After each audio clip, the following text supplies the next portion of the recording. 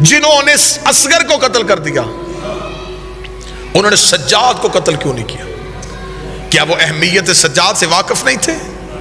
کیا انہیں خبر نہیں تھی کہ یہ اگلا امام ہے؟ کیا انہیں یہ خبر نہیں تھی یہ حکومت کے لیے سب سے زیادہ مشکل یہ پیدا کرے گا؟ دو امامتیں خیمے میں تھی، ایک سجاد ایک باقر، دونوں تک 9 لاکھ ہاتھ کیوں نہیں پہنچے؟ جواب لے کے آئیے گا، جواب ضرور سوچئے گا تاکہ آپ کو علی کی بیٹی کی طاقت کا اندازہ۔ اور وہ دونوں امام لڑ بھی نہیں رہے۔ یہ بھی نہیں ہے کہ اگر سجاد آپ کیوں آپ کو یہ باتیں کتابوں سے پڑھائی جاتی ہے، خدا را دیکھنے کا زاویہ تبدیل کیجئے گا۔ آپ کو یہ بتایا جاتا ہے بیمار تھے اور بستر بیماری سے اٹھ کے نہیں آ سکے، صرف سجاد کو کربلا میں خیمے میں لٹایا اس لیے کہ کوئی یہ نہ سہے کہ علی کا بیٹا اتنا لڑنے کے موڈ میں تھا کہ 9 لاکھ ڈر گئے اور بھاگ گئے۔ سجاد تو خاموش لیٹے ہوئے تھے، تلوار بھی ہاتھ میں نہیں اٹھائی۔ جس کے ہاتھ میں تلوار بھی نہیں، اسے قتل کیوں نہیں کیا گیا؟ اب میں جواب شروع کرنے لگا ہوں اور آپ کی سماعتوں کو ہدیہ کرنے لگا۔ وہ قتل کرنا چاہتے تھے، کوئی قتل ہونے نہیں دے رہا تھا۔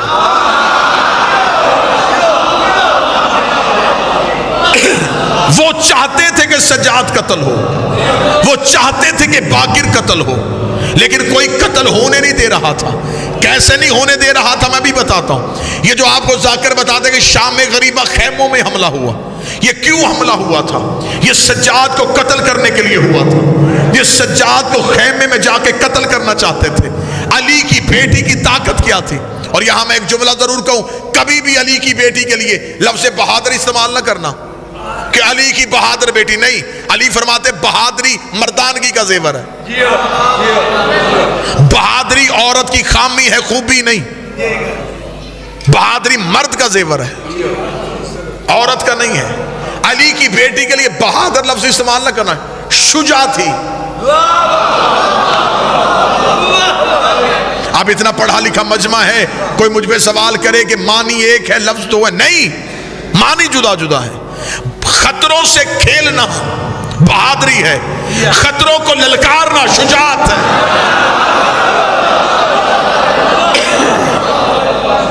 آئی ہوئی مصیبت سے لڑنا بہادری ہے، مصیبت کو بلا کے ختم کرنا اسے شجاعت کہتے ہیں۔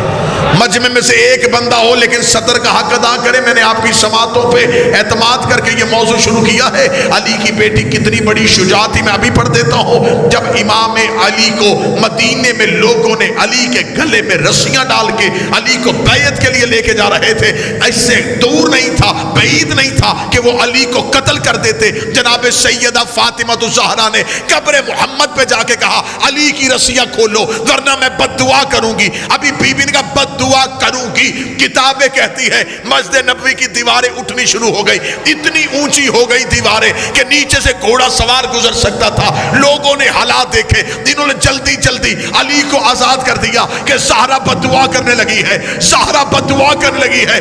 بی بی فاطمہ نے کہا تھا کہ میں بد دعا کروں گی۔ شام غریبہ علی کی بیٹی نے کہا اگر کسی نے بھی سجاد کی طرف ہاتھ بڑھایا میں قیامت برپا کر دوں گی۔ جرت ہے کسی میں؟ آؤ قتل کرو۔ 9 لاکھ دیکھ رہے تھے، کبھی اس انداز میں بھی سننا علی کی بیٹی کو۔ 9 لاکھ دیکھ رہے تھے۔